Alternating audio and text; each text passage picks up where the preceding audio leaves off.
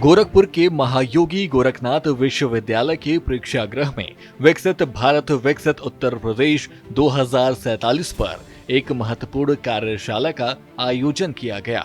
महाराणा प्रताप शिक्षा परिषद के तत्वाधान में हुए इस कार्यशाला का उद्घाटन मुख्यमंत्री योगी आदित्यनाथ ने किया। सीएम ने विशेष सत्र में हिस्सा लिया।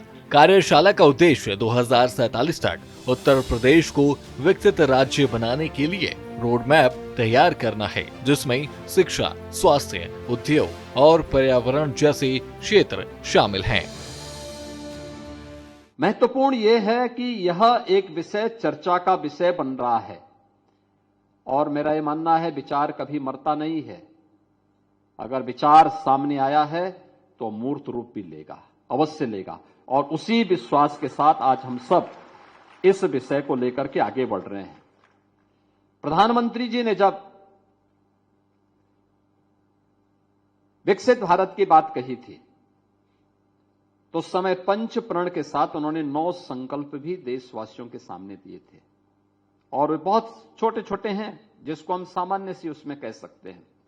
हमारे दैनिक दिनचर्या के हिस्से किसी न किसी रूप में बनते हैं, जिसमें उन्होंने कहा था कि हमें जल के संरक्षण की दिशा में कार्य करना चाहिए, पानी बचाने का प्रयास करना चाहिए, जितना हो सके उतना ही खर्च करें।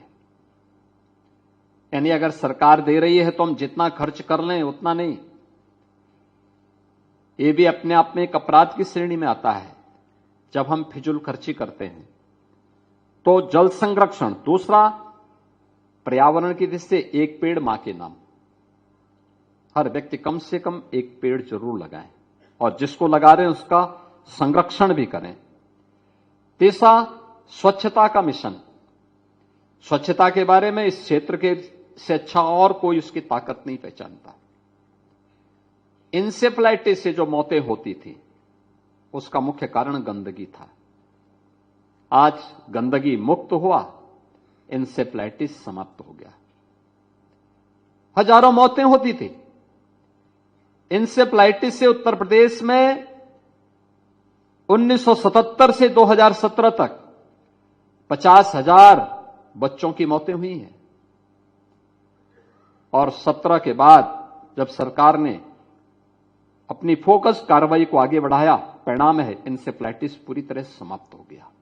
आज इंसेफ्लाइटिस से कोई मौत नहीं होती है।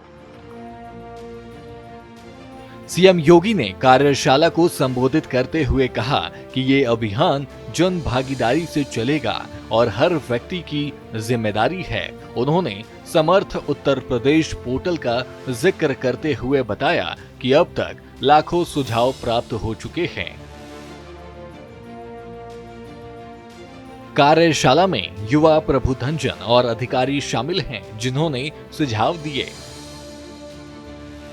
और इसकी शुरुआत केवल इस प्रश्न से प्रारंभ होकर के और दुनिया के सर्वश्रेष्ठ महाकाव्य के रूप में उन्होंने दुनिया को एक ऐसी मौलिक कृति दी जो हर देश, हर काल और हर परिस्थिति में लोगों का मार्गदर्शन करती है। और उसी रामायण में भगवान राम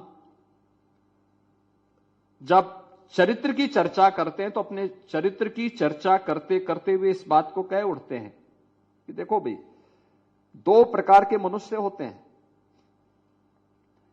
एक वे मनुष्य जिन्हें हम सामान्य मनुष्य कह देते हैं, जो जैसे तैसे अपना जीवन गुजर बसर करता है। वो जैसी स्थिति होगी जहां लेके चले जाओ, जिसको आप लकीर का फकीर कह सकते हैं। और दूसरा धीर, गंभीर, चरित्रवान व्यक्ति जो अपनी मनसा वाचा कर्मणा, जिस पर हम विश्वास करती है, समाज को वह एक मार्गदर्शन कर देता है। हमें उत्तर प्रदेश को विकसित करना होगा। उत्तर प्रदेश को विकसित करने के लिए हमें गोरखपुर को भी विकसित बनाना होगा। हर नगर को, हर गांव को, हर कस्बे को, और उस पर हमें कार्य करना होगा। और दुनिया की तुलना में अगर आप भारत की तुलना करें, आपको लगेगा भारत विकसित था और आगे भी भारत विकसित बनेगा। कैसे? आपको कुछ उदाहरण मैं आपके सामने रखूंगा। एक,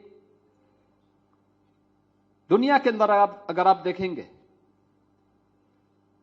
तो भौगोलिक दृष्टि से दुनिया के अंदर भारत यानी बृहत्तर भारत, जिसमें पाकिस्तान और बांग्लादेश को भी अगर आप जोड़ेंगे तो यह दुनिया का 7वां बड़ा भूभाग था। भारत को भी, आज के भारत को भी आप देखेंगे दुनिया का 7वां बड़ा भूभाग माना जाता है। गोरखपुर में सीएम योगी की ये कार्यशाला न केवल विकास विजन को मजबूत करेगी बल्कि पूर्वांचल को प्रगति के पथ पर आगे ले जाएगी। ब्यूरो रिपोर्ट, सूर्या समाचार।